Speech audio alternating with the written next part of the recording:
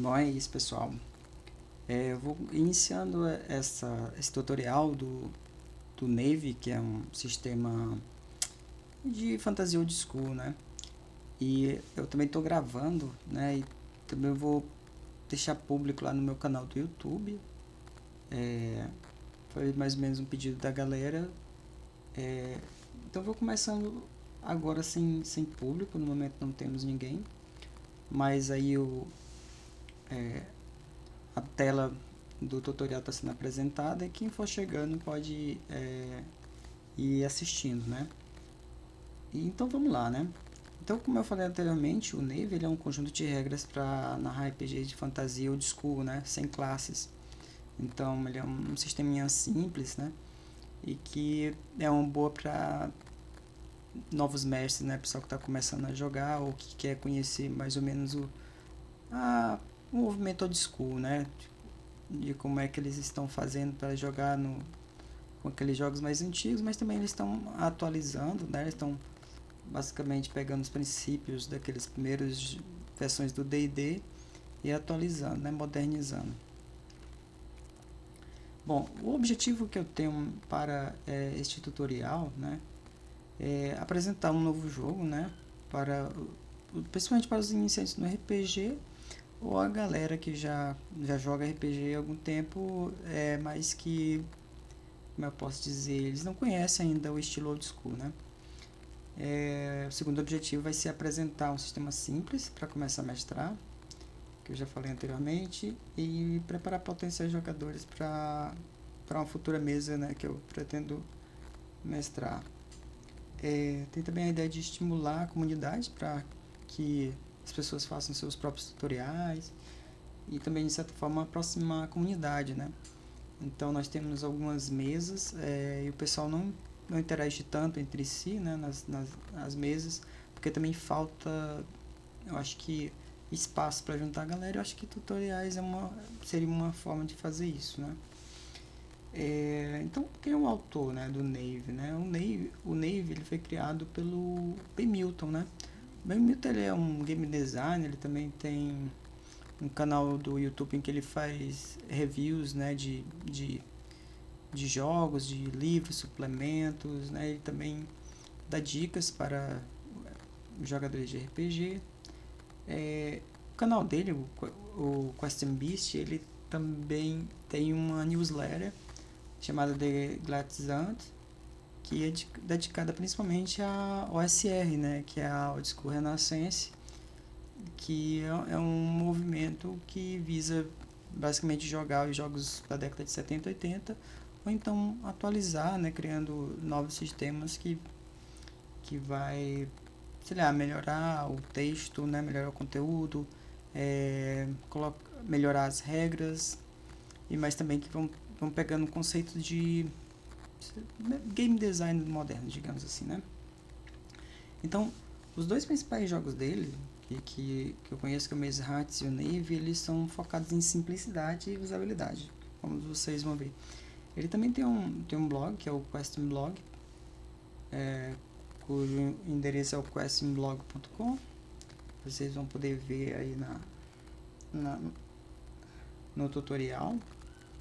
E aqui tem uma fichazinha que eu fiz, né, para poder criar meus personagens, que eu achei mais simplesinha e menos poluída, então eu fiz no Google Docs da vida. Então basicamente é isso, é uma ficha que ela, como o Navy ele é para ser compatível, né, retrocompatível com as primeiras edições do D&D, ele vai ter coisas como os 6 atributos, né, bem conhecidos: força, destreza, constituição, inteligência, sabedoria e carisma, né?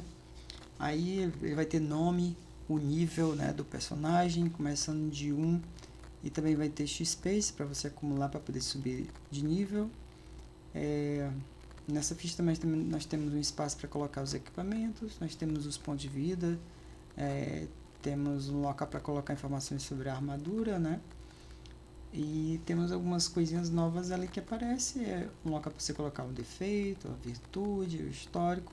E o infortúnio também tem um espaço para colocar as características que vocês vão ver a seguir.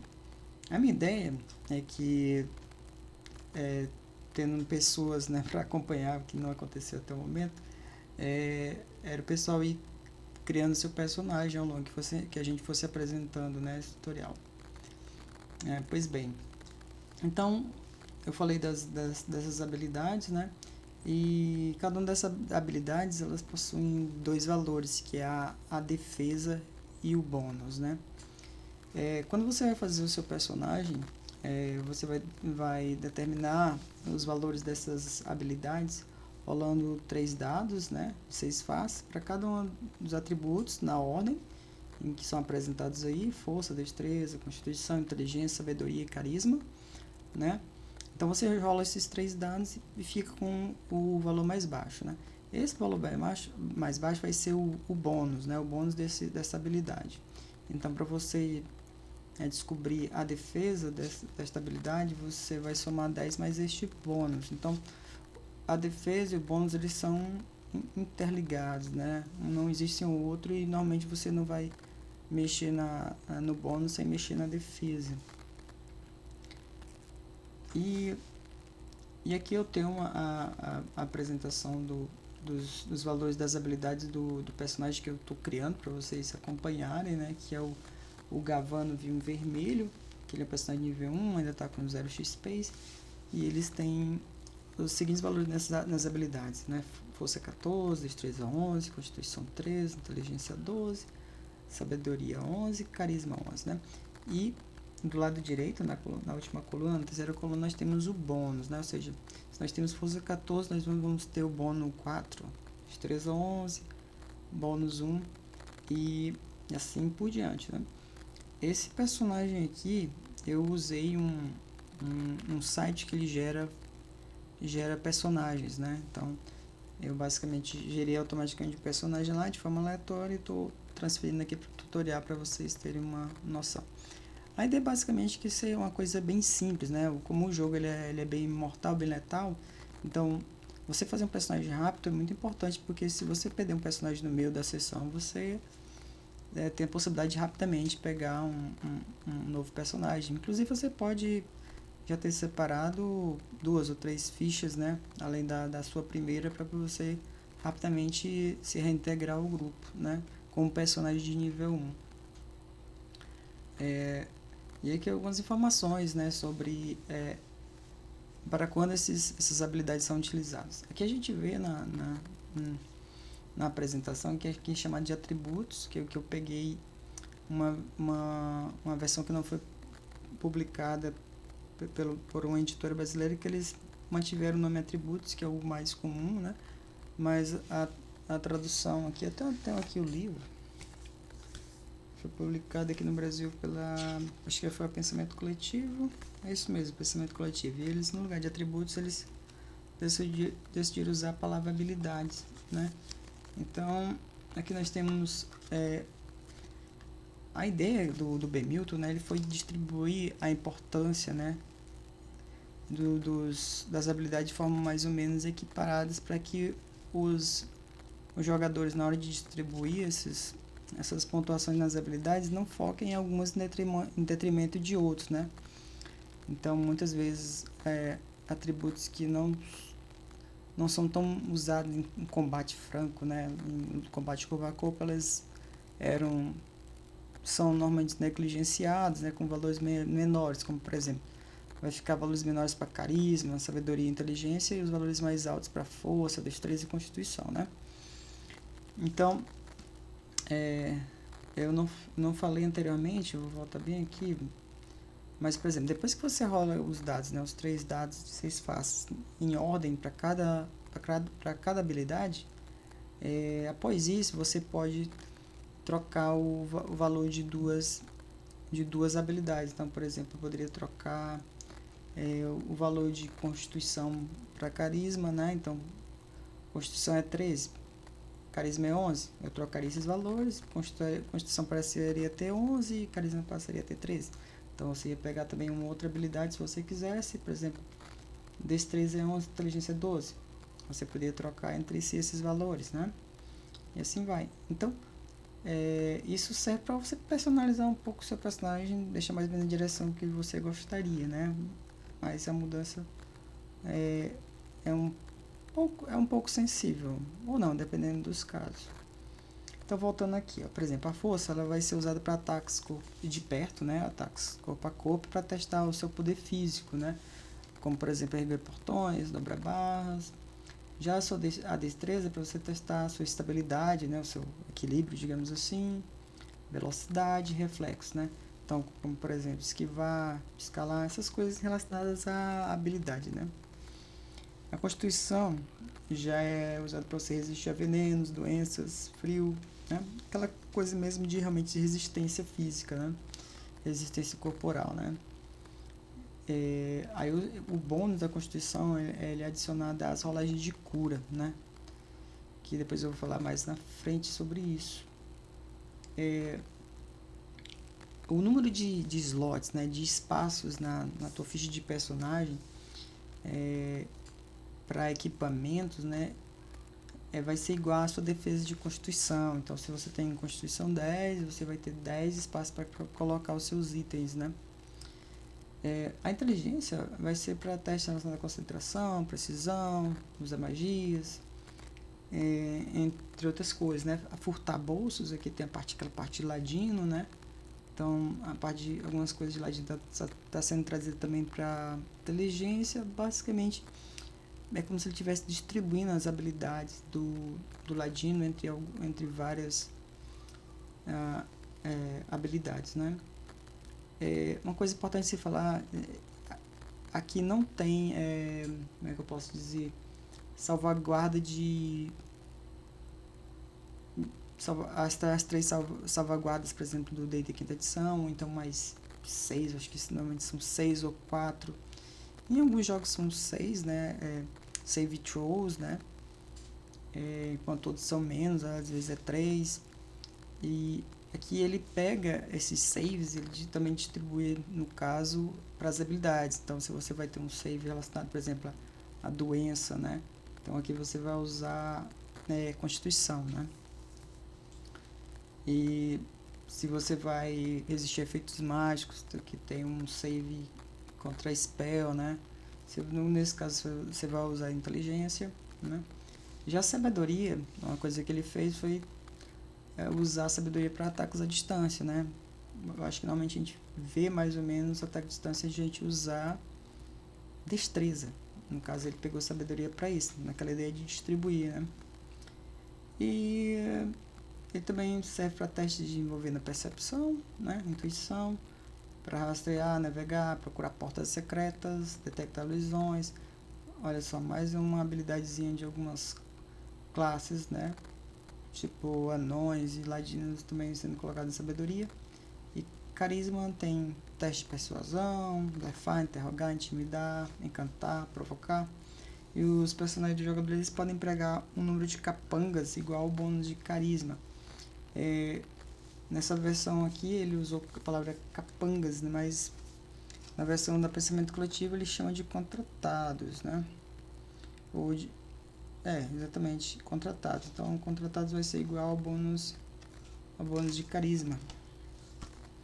É interessante falar que o livro da pensamento coletivo, ele é um livro em formato A4, tamanho A4, não, tamanho A5, perdão.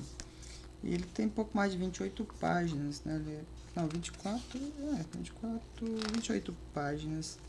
Então ele é um livrozinho pequeno, né? Formato A4, né? E ele tem, praticamente em cada página, ele tem uma nota do designer, né? Então, em que o Ben Milton ele explica as motivações, né? O porquê de cada mudança que ele fez. E sempre de uma forma bem lógica, ele procurou tornar o jogo bem simples. Como eu falei para vocês, o jogo ele é compatível com as versões antigas do D&D, então você pode pegar módulos antigos do D&D, usar as estatísticas dos monstros dessas edições, desses módulos e jogar usando o Nave. Bom, aqui nós vamos agora para a parte de carga, né? Em que como é que você define a carga do personagem, o quanto ele pode carregar, né? Ele fez isso de forma bem simples. ele vai ter na ficha uma quantidade de linhas, né, de espaços. Vamos voltar aqui para a ficha, em que a sua quantidade de equipamentos é limitada pelos espaços disponíveis e vai ser de acordo com a sua defesa de constituição, né?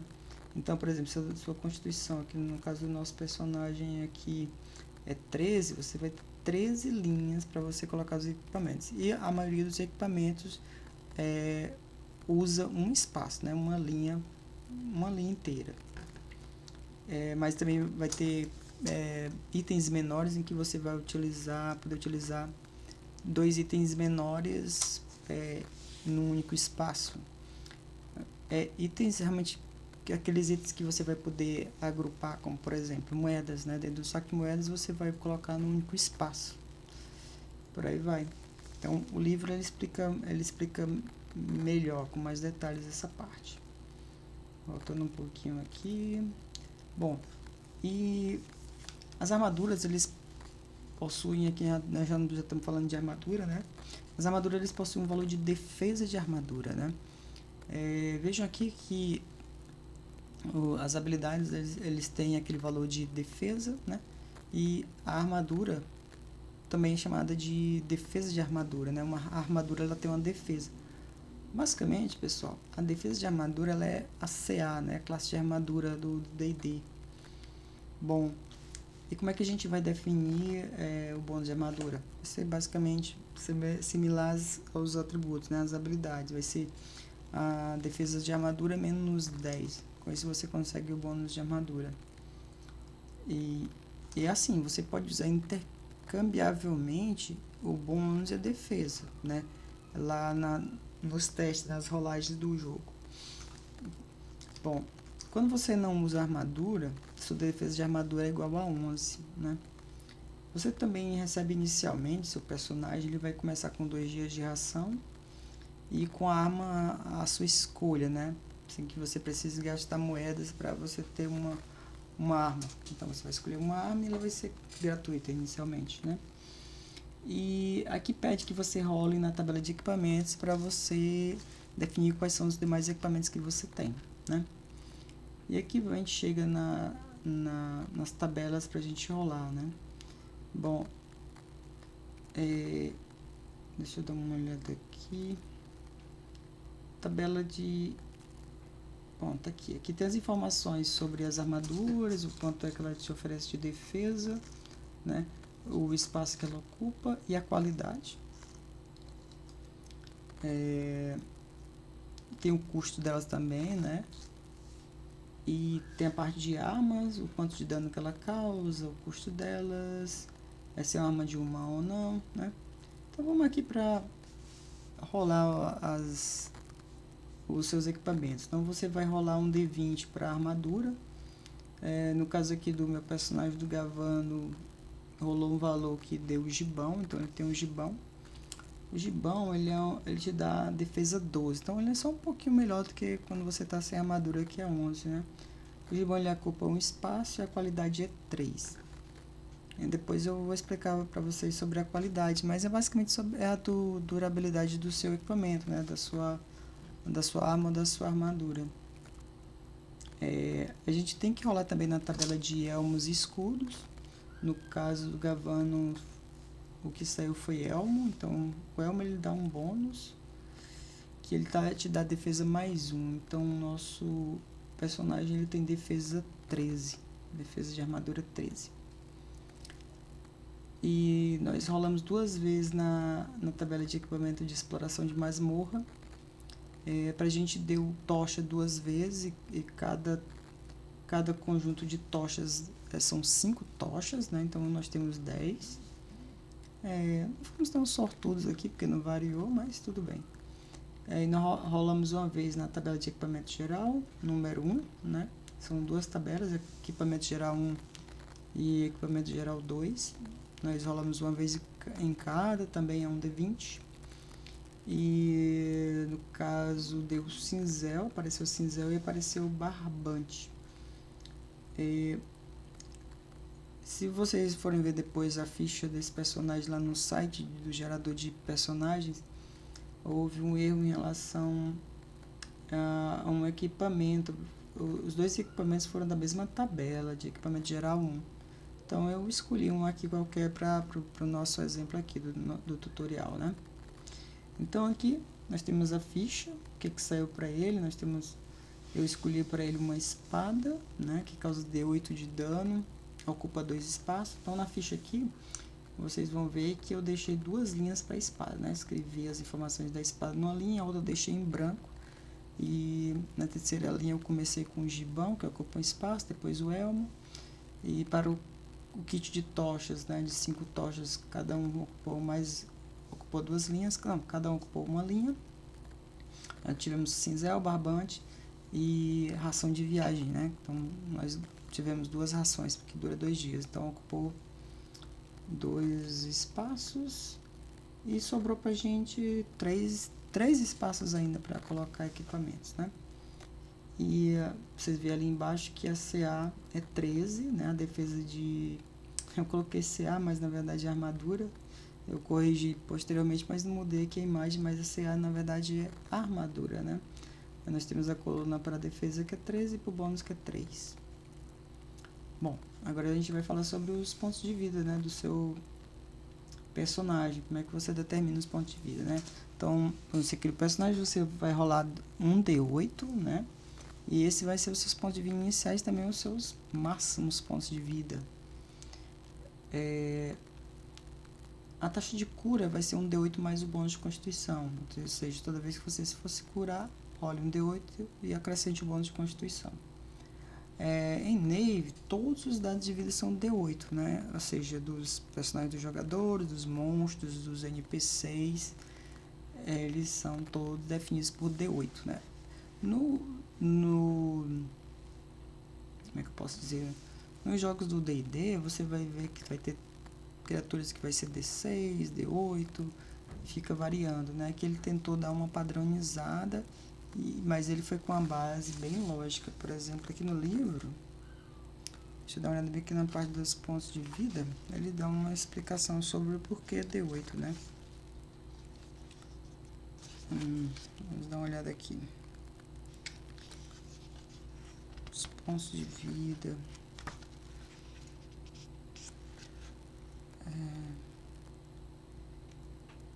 Vamos ver onde é que tá esses pontos de vida. Tá aqui, ele fala aqui, nota do design, ó. Todos os dados de vida devem ser D8 e Nave para PJs, PMs e monstros. Isto simplifica o jogo e mantém as coisas compatíveis com as estatísticas da maioria dos livros OSR. Note que o bônus de constituição de um personagem do jogador não é adicionado às suas rolagens de pontos de vida. Juízes, né, que são, como ele chama o mestre, juízes que não quiserem que os PJs iniciais sejam tão frágeis podem permitir que os PVs iniciais sejam rerolados se forem inferiores a 5. Bom, o que temos mais, né? Após você verificar os pontos de vida, você vai inventar ou rolar o resto das características, né? Já mostra as partes das características. Aí você vai escolher um gênero para o seu personagem e um nome para ele, né? E aqui ele dá uma sugestão para você não se apegar ao seu personagem, porque o mundo lá fora é perigoso. E aqui nós temos as características para vocês rolarem ou escolherem se quiserem. E também você deve rolar um D20 para cada característica. Então nós temos aqui o físico, rosto, a pele, cabelo, roupa, virtude, defeito, fala, histórico, infortúnio e por fim o alinhamento. Então, algumas dessas informações aqui, dessas características, eles vão estar separadas lá na ficha, mas as outras você vai colocar lá no espaço para as características. Então, você vai escrever um textinho lá, pegando essas informações. Então, aqui eu dou um exemplo para vocês. O Gavano, o defeito dele é ser guloso, a virtude dele é honrada, ele é uma pessoa honrada. Ele tem no seu histórico que ele foi uma pessoa desacreditada em algum momento. E ele tem um infortúnio na sua vida que ele foi mendigo, né? E o elemento dele é neutro. Os 3 elementos clássicos aqui são utilizados.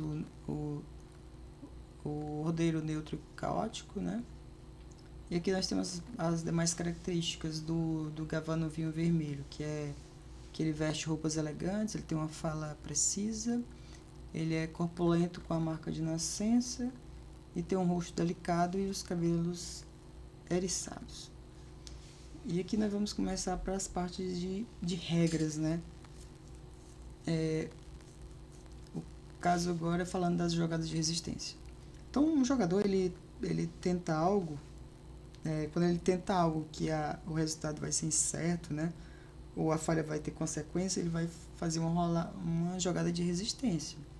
Como é que funciona a jogada de resistência? Você vai rolar um D20 e somar com um bônus da habilidade relevante para aquele teste, né? Então, se o resultado exceder o valor 15, o jogador ele é bem sucedido. Então, digamos que a dificuldade ela é o valor que você deve bater, ele é sempre 15, né? No caso de um teste passivo, mas se, por exemplo, se um outro personagem vai resistir, aí você deve substituir esse 15 pela a defesa de habilidade relevante, né, do personagem que está tentando resistir, tá? E aqui nós temos um exemplo de uma jogada de resistência, né? Um mago, ele conjurou a magia de bola de fogo em um goblin, que faz uma jogada de resistência para evitá-lo. Isso é resolvido da seguinte forma: resolvido com uma defesa resistida, utilizando a inteligência do mago contra a destreza do goblin, né? Então, como eu falei para vocês, né, uma das formas de utilizar a inteligência é em relação a quando você vai conjurar uma magia. Então, você vai usar a defesa de inteligência contra, por exemplo, no caso pode ser também, vocês vão ver, por exemplo, tem duas formas de você fazer. O Goblin pode rolar, somando seu bônus de destreza, tentando superar a defesa de inteligência do mago, ou seja, se fosse o caso do mestre rolar, ele rolaria o D20, somaria a destreza do bônus contra a inteligência do mago.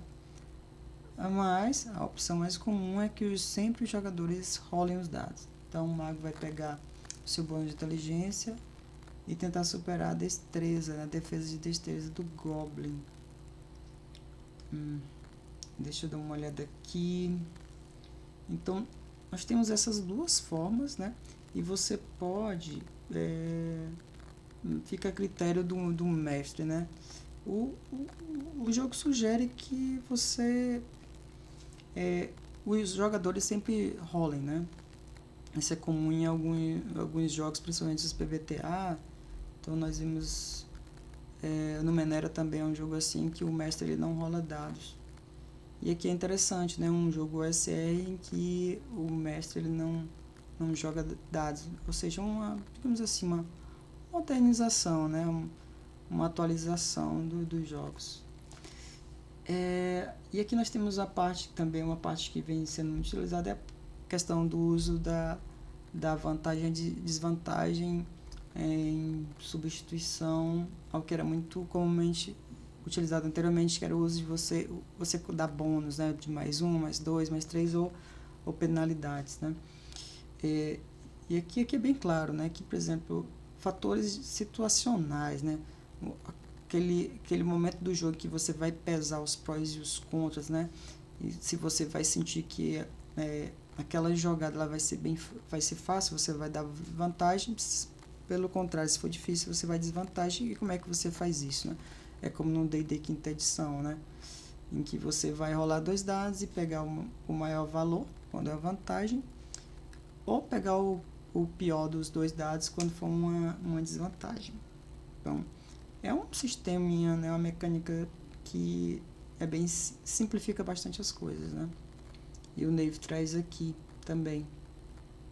Uma coisa que é importante de citar é que o B. Milton, ele é professor, né? Acho que ele é tipo quinto ano, quinta série. Ele usou esse jogo para jogar com os seus alunos, né? E estamos aqui também explicando o jogo para que as pessoas possam aproveitar um jogo bem simples e até ensinar para os seus filhos, por exemplo, poderia ser o caso. E aqui nós temos a parte de combate. Como é que funciona a parte de combate, né? Você vai ter uma iniciativa, ou seja, quem é que age primeiro. Você simplesmente aqui vai rolar um D6 e sem utilizar nenhuma uma habilidade, por exemplo, destreza ou alguma coisa do tipo, né, para dar uma vantagem para um outro. Não, você simplesmente rola limpo, né, rola um D6 e o seu resultado for de 1 a 3, vão ser os inimigos que rolam primeiro e de 4 a 6 vão ser os personagens que agirão primeiro, e todos, no caso, entendeu? Então, aqui é uma rolagem para o grupo. Então, se você teve um valor alto, todos os personagens vão agir e depois vão agir os personagens. No entanto, aqui você vai precisar rerolar a iniciativa a cada turno, né? Então, vai acontecer casos em que você foi o último no turno anterior, mas pode ser o primeiro no turno seguinte. Então, você vai ter uma sequência ou seja, torna realmente o combate bem arriscado e imprevisível. E no seu turno, o que você é capaz de fazer, né? Como está aqui no tutorial, você vai poder fazer um movimento e uma ação de combate, né? Quais são essas possíveis ações de combate? As mais comuns é você conjurar magia, você fazer um segundo movimento, ou seja, se você quiser, digamos assim, correr, né? Basicamente seria fazer 2 movimentos, em que aqui o padrão é 12 metros por movimento, né? É a velocidade básica. E nós temos o que mais? Desferir um ataque, tentar uma manobra, que logo eu falo sobre as manobras, e também ele abre espaço para qualquer coisa em que o juiz ele vai considerar razoável, né? Que seja uma ação de combate. Realmente isso dá abertura, né? O RPG não é uma coisa restrita, né? Depende da ficção. Então, abre espaço para que o juiz arbitre sobre o que pode ou não acontecer, né? Ou ser feito ali. A parte importante aqui do combate é como é que você faz um ataque, né? Então, tem 2 formas de você resolver um ataque, né? Igual aquela jogada resistida lá, né? Aquela jogada de resistência lá, em que você pode resolver pelo atacante, como pode resolver pelo defensor, né? Então, quando os personagens dos jogadores eles são um atacante, ele vai rolar dessa forma, ele vai rolar um D20 e adicionar o seu bônus, né? Que pode ser força ou sabedoria, dependendo se é armas de um combate corpo a corpo, né? Ou então se é uso de armas à distância, né? Como arco e flecha, funda e por aí vai. E você deve superar a defesa de armadura para acertar. Supera mesmo, né? É como no caso lá do 15. Você não é alcançar o 15, é superar o 15. Um valor maior do que 15. Aqui também é a mesma coisa. Você tem que superar a defesa de armadura, né, para acertar. Quando por exemplo, o inimigo que vai atacar os personagens jogadores, os jogadores eles vão ser os defensores. Então, acontece da forma contrária, né? Você vai rolar o D20 e pegar o seu bônus de armadura, né, do seu personagem. E você vai ter que superar a defesa de habilidade do atacante. E aqui nós temos a parte que é bem simples, que é a parte relacionada à consciência, morte, cura, né? Você fica consciente se você exatamente bater nos 0 pontos de vida. Chegar a 0 pontos de vida, você está inconsciente. Se for passar disso, você morreu. Simples assim. Morreu. E como é que você cura, né? Se você fizer uma refeição e descansar, né? Quando tiver uma noite de sono, você recupera um D8 mais o bônus de constituição, como eu tinha falado anteriormente. E aqui o bônus de constituição ele é levado em conta em relação à cura, né? Mas ele não é levado em conta quando você vai aumentar os seus pontos de vida máximo quando você sobe de nível. Se você descansar em um refúgio seguro, você restaura todos os pontos de vida perdidos, ou seja, você saiu da dungeon, né, e vai para uma vila, né, vai para uma taverna.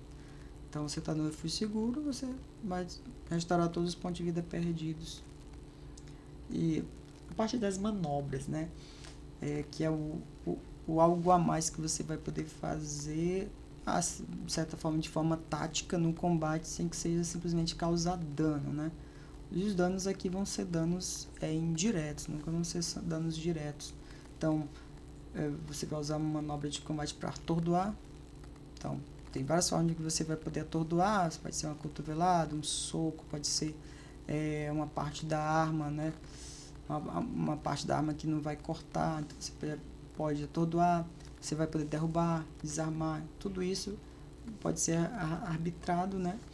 E para que serve isso, por exemplo? Se você vai atordoar alguém ou vai derrubar alguém, no turno seguinte você vai ter uma vantagem sobre aquele adversário, né? Então você vai rolar 2 dados e pegar o melhor valor posteriormente, né?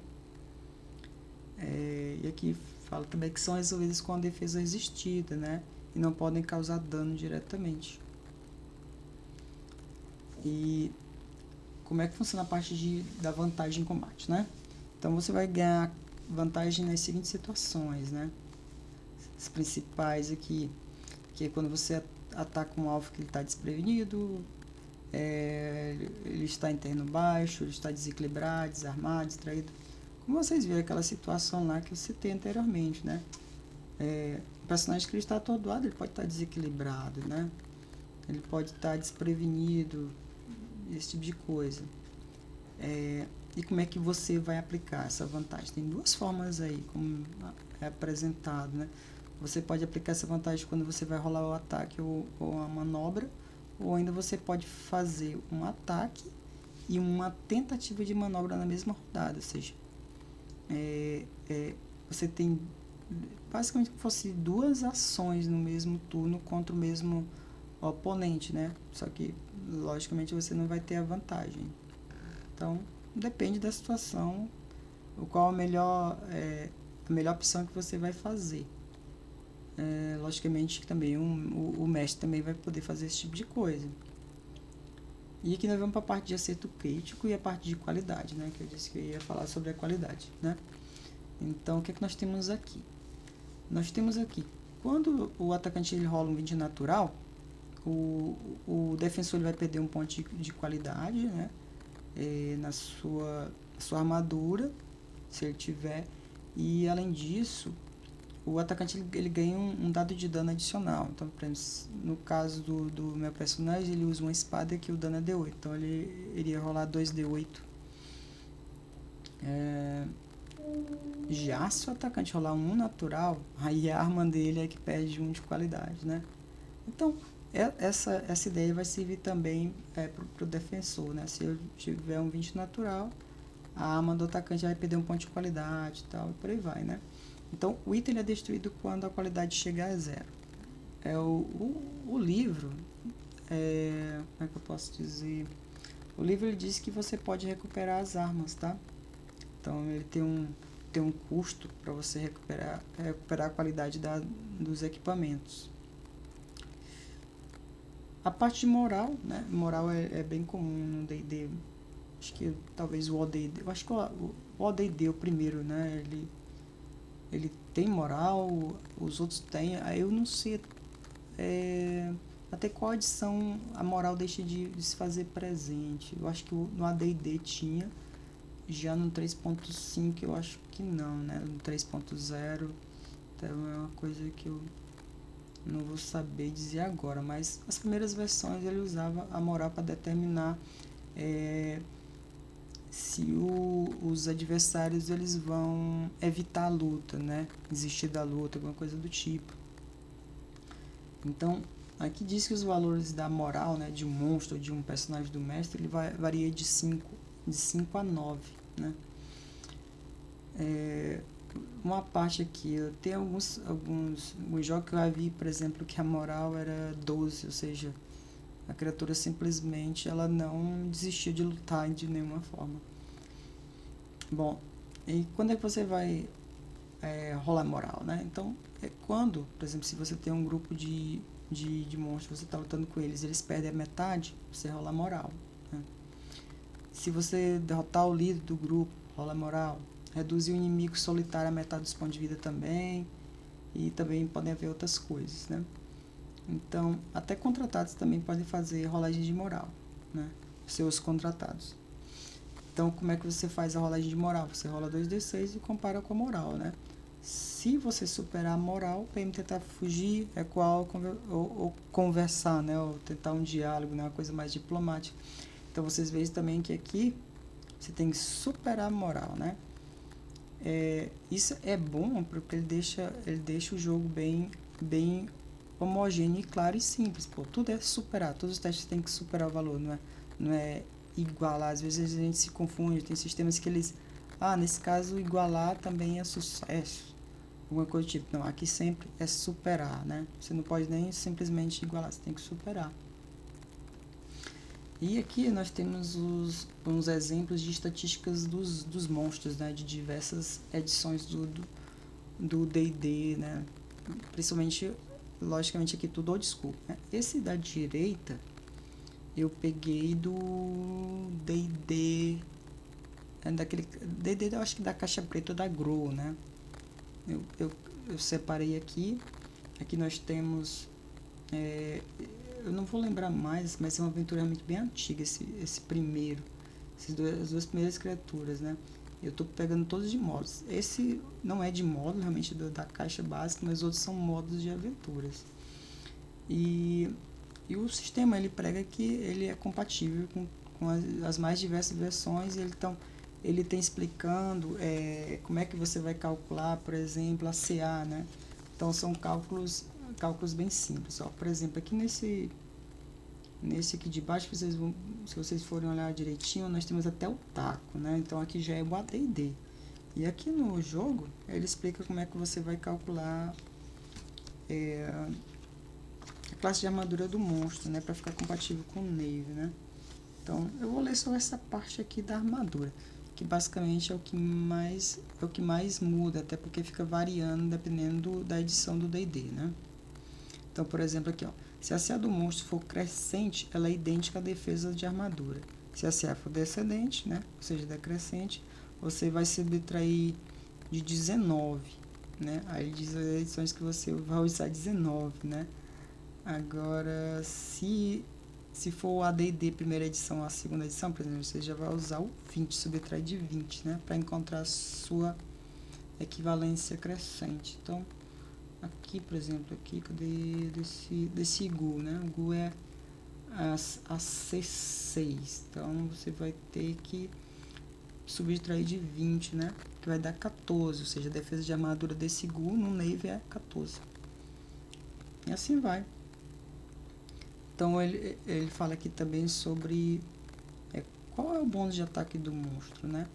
Aqui ele vai dizer que você vai utilizar o bônus, o nível, como é que eu posso dizer? Se não tiver na ficha, você vai usar o número de dados de vida do monstro, tá? Basicamente é isso. Deixa eu ver se no ataque, aqui no caso, aqui não tem bônus, deixa eu ver se aqui esse outro tem bônus. Olha, não tem bônus. Então a maioria aqui não tem bônus de ataque. Então, no caso, você vai usar o nível. Então, por exemplo, o dado de vida aqui do Homem-Rato é 3. Então, você vai usar, o bônus seria mais 3, né? Rolaria um D20 mais 3. Então, uma simplificaçãozinha boa. Isso é importante. E por fim, já está chegando no final, nós temos aqui o avanço, como é que você sobe de nível, né? Então, você vai acumulando 1000 XP, sempre acumulando a cada 1000 XP, você vai ganhar um nível, né? Então, aqui no caso, você não ganha XP por acúmulo de tesouro ou por XP por ter derrotado o monstro, né? Ele simplifica, basicamente ele trabalha com a ideia de, não chega nem a ser milestones, né? Marcos, é mais como realmente a dificuldade do desafio, né? Então ele separa mais ou menos aqui em baixo nível, conquista de baixo nível, médio nível e alto risco, né? Eu acho que coloquei nível que eu errei aqui, no caso é baixo risco, médio risco e alto risco. Então, 50, 100, 200 XP. Então, é bem simples essa parte, né? Realmente é uma coisa didática e não prega tanto uma aproximação realista, né? Realmente é uma gamificação interessante. Então, quando você sobe de nível, o que acontece? Você vai rolar uma quantidade de dados de D8 igual ao nível, seu novo nível, para encontrar o seu máximo de PVs. Então, você veja que você não rola para somar, né? Então você rola vários dados para tentar alcançar um novo máximo. Se, por exemplo, se você tem seu máximo atual é 15 PVs e você vai rolar 3D8 e não consegue acima desses 15, consegue um valor menor com 14, 13 ou 12, aí você vai só ganhar um ponto de vida, né? O seu máximo aumenta só um. Se não, se eu rolar, por exemplo, 3D8 de 24, você sobe de 15 para 24, né, pontos de vida. E você vai poder escolher 3 habilidades diferentes para adicionar um ponto nelas. O livro também sugere que você faça uma rolagem para deixar as suas habilidades subindo de forma, como é que eu posso dizer, aleatória, né? E que a maior chance de subir de nível, de pontuação, são aquelas habilidades em que você já é melhor nelas, entendeu? Então, o avanço de nível vai destacar mais, você vai crescer mais nas habilidades que você já é melhor. Isso parece mais ou menos com os testes que a gente faz para subir de valores de perícia no Call of Cthulhu, nessas edições mais novas do Call of Cthulhu. E, bom, eu queria falar um pouquinho sobre os princípios, né? Porque existe uma diferençazinha em você jogar um jogo old school e os jogos mais modernos, né? Aqueles jogos mais modernos que pregam muito você ficar testando perícia, né? Em que muitas vezes os jogadores já estão acostumados a ficar pedindo um teste de perícia. Mestre, eu posso testar percepção para encontrar alguma coisa, eu posso fazer isso, posso fazer aquilo. Já o old school, ele não prega tanto essa solicitação de testes, né? Ele pede muito, sugere muito que você peça para os jogadores sejam mais proativos em escrever o que estão fazendo, né? Então aqui nós temos alguns princípios, são poucos, existem outros, existe até um documento chamado Quick Primer que elucida muito, né? Traz muito como você jogar os jogos mais antigos, né? O que acontece, umas críticas que se faz às primeiras edições é que você fala assim, nossa, esse jogo que ele não está completo, ele tem lacunas e que, poxa, aqui não pede teste nada, não tem como você testar nada. Até o pessoal ficou sabendo que nas primeiras edições não existia teste de atributo, né? Não tinha perícia. Mas tem atributo, então eles faziam um teste de atributo para resolver determinadas coisas. Não, mas nem a primeira edição mesmo, o D&D mesmo, não havia teste de atributos. Pode ser que existisse de forma... na forma de rulings, né? Sob demanda, mas não que o livro dissesse para você testar perícias, né? Então, os princípios são os seguintes: desafie os jogadores, não seus personagens, né? Então, desafiar a perspicácia, né, dos jogadores em resolver o problema. A solução não vai estar exatamente na ficha do personagem, no valor da habilidade dele, do atributo. Vai estar na habilidade, na experiência do jogador de resolver as situações. Ou seja, quanto mais o jogador joga um jogo old school, mais safo ele vai ficando, né? Então, o mestre tem que descrever bem as cenas, as situações, para que os jogadores eles possam tomar as melhores decisões, ou que seja justo quando acontecer alguma coisa. Bom, tá ali na descrição, existe alguma pista, algum sinal ali que os jogadores devem se atentar, né? Então, outra coisa que os jogadores têm que ter em mente é aquelas recompensas objetivas para os seus personagens, né? E que se você puder evitar os combates, é melhor, né? Você não precisa, para recuperar um tesouro, resgatar um tesouro, sair matando todo monstro que você encontrar pela frente. Se você puder evitá-los, melhor, porque os combates eles realmente são difíceis, né? E até os testes, as rolagens que são pedidas, né? E que são rolagens baseadas nas habilidades, nos primeiros níveis a chance de você falhar é grande, né? Em relação também aos equipamentos, eles são importantes nos jogos old school, os equipamentos são importantes porque eles são como se fosse uma fonte de recurso para resolver problemas. Aqui eu dou um exemplo aqui no tutorial que uma vara de 3 metros é muito útil para você disparar armadilhas, né? Às vezes você olha na lista de equipamentos, né, do jogo desse, aí tem lá uma vara de 3 metros. A vara de 3 metros aqui não é tratada como não está na parte de armas. Por que eu ia precisar de uma vara de 3 metros? Ou então, pô, será que é interessante no jogo desse ter gazuas, ter aquelas coisas para você usar para escalar? Não, vai precisar, porque, por exemplo, se você não tem o equipamento certo, o mestre pode exigir uma rolagem, que aí sim as rolagens são bem difíceis, mas se você tem um equipamento, provavelmente o mestre não vai pedir rolagem, né? Ele vai, como é que eu posso dizer, incentivar a sua preparação, você está preparado para as situações.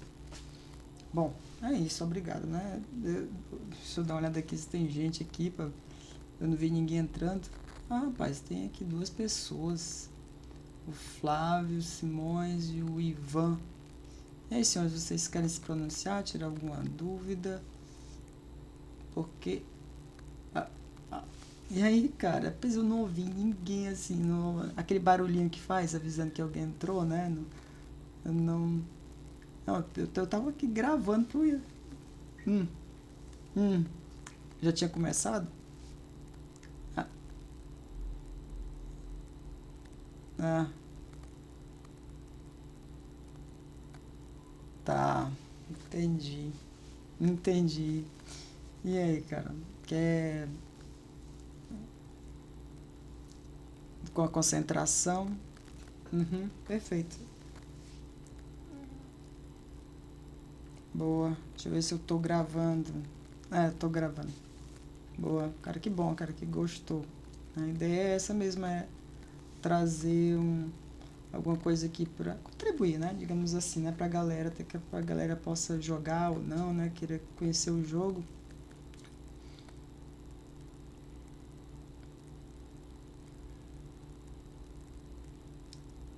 Isso, exato, cara. Eu penso muito assim, isso já é bem diante, né? Mas esse é um jogo útil, né? Pra você pegar aqueles módulos antigos do D&D, sabe? Reaproveitar, reaproveitar e jogar. Porque alguns deles, eles não são aventuras prontas, digamos assim. Ele é mais um módulo que contém localizações, NPCs, estatísticas de monstros, né?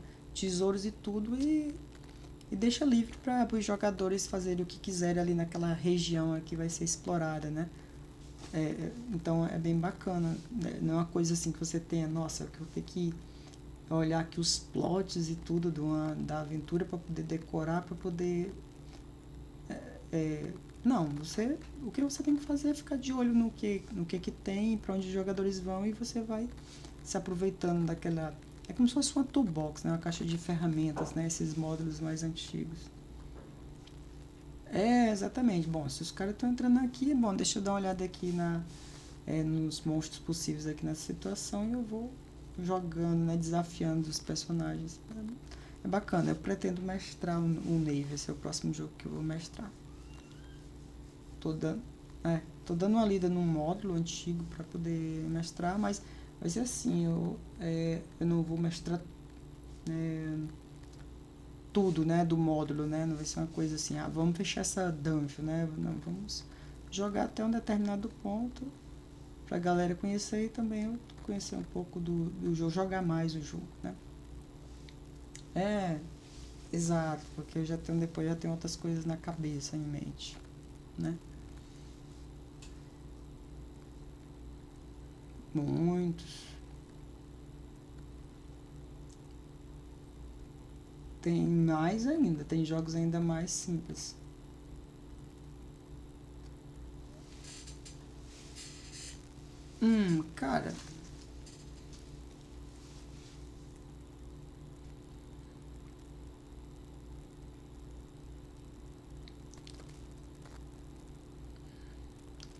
Cara, assim, os primeiros eram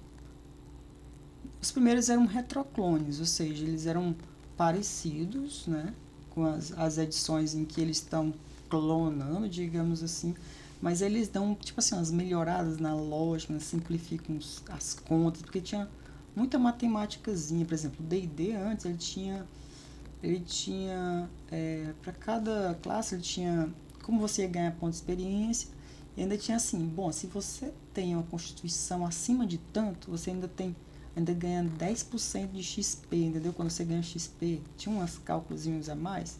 Aí eles foram dando uma enxugada, simplificando e tudo. Então, os retroclones, os primeiros eram retroclones, né?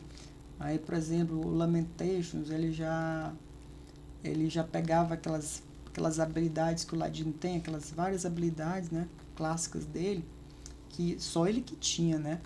É, ah, é, desarmar armadilha, abrir fechadura. Então ele pegou essas várias habilidades do Ladino e distribuiu ela, né? Agora todo mundo pode utilizar, no entanto, no Lamentations é o especialista, né? A classe especialista. Mas a classe especialista tem mais pontos para distribuir nessas habilidades. Então, na verdade, o especialista é engraçado. Ele é um, ele é, como é que eu posso dizer? Ele é um generalista, mas ele chama de especialista, porque as outras classes eles têm poucos pontos, né, para eles utilizarem, mas já o especialista ele pode distribuir em várias. Mas o que é que ele pode fazer? Ele pode se especializar. Bom, eu vou pegar esses pontos aqui tudinho e colocar uma habilidade só e ficar muito bom. E ficar muito bom. É isso que ele faz. Então, aí depois aí vem uma nova onda, né? Que é a onda da galera que aplica os princípios, tipo assim, do Quick Primer, né? Desse livro, não, desse documento que eu falei, que é tipo um manifesto, né?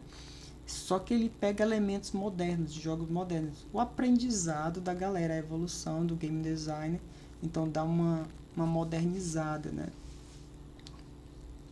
É isso que eles vão fazendo. Aí vai descambando para outras coisas, né? Então hoje o pessoal já tem uma parte do pessoal que já está...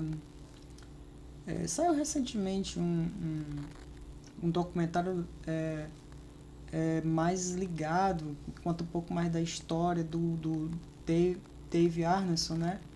E do primeiro grupo dele, daquela aventura que ele fez, chamado Blackmore. Então tem esse documentário e explicando como é que ele jogava exatamente antes do D&D, antes do primeiro produto, né? E, e é uma... Aí essa vertente que eles chamam de Free Kriegspiel Revolution, né? Que é mais ligado ao Dave Arneson do que ao Gary Gygax, né? Que o Gygax dizem, né? Que a forma como ele jogava mais era mais parecida com o D&D, mas outros dizem não, ele apesar dele ter produzido o D&D, né? Essa forma com mais regras, muito mais regras, mais mecanizado, ele gostava de utilizar um estilo de jogo que para os jogadores, né, eles não viam tantas regras. Eles não viam tantas regras nesse sentido. Né? A interface do usuário com o jogo era mais limpa, entendeu? Eles não tinham... Era mais ou menos essa ideia. E é uma coisa que eu estou acompanhando, essa parte da FKE que eu estou acompanhando. Então, se tu for dar uma olhada no Café com Dungeon, dentro... e às vezes... dentro da OSCE, exatamente. Às vezes até... pode até se separar um pouco, mas está ali ligado, né? Porque tratando desses primórdios aí. Eu até escrevi um textinho recente sobre isso. Assim, eu estava discutindo num grupo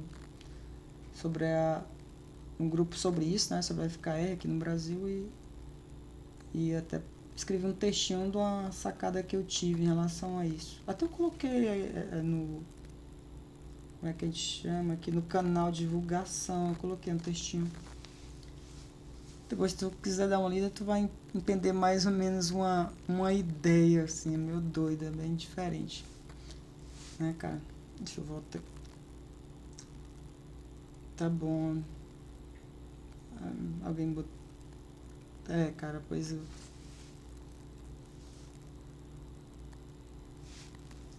Perfeito, cara. Então, eu agradeço aí a sua presença, que mandaram mensagem aqui. Ah, o Ivan, né? O Ivan que tá silencioso, mas mandou mensagem. Muito bom tutorial, não conhecia o Nave. Que bom, cara, que você gostou, cara. O Nave, o PDF dele é baratinho, podem encontrar na Pensamento Coletivo, ele é bem barato. E a versão também física dele também não é muito cara, até porque é um livro pequeno, né? Então, mas vocês podem encontrar aí na internet aí um PDF aí gratuito aí, foi traduzido antes da publicação dele, né? Então, gente, eu vou encerrando aqui a gravação.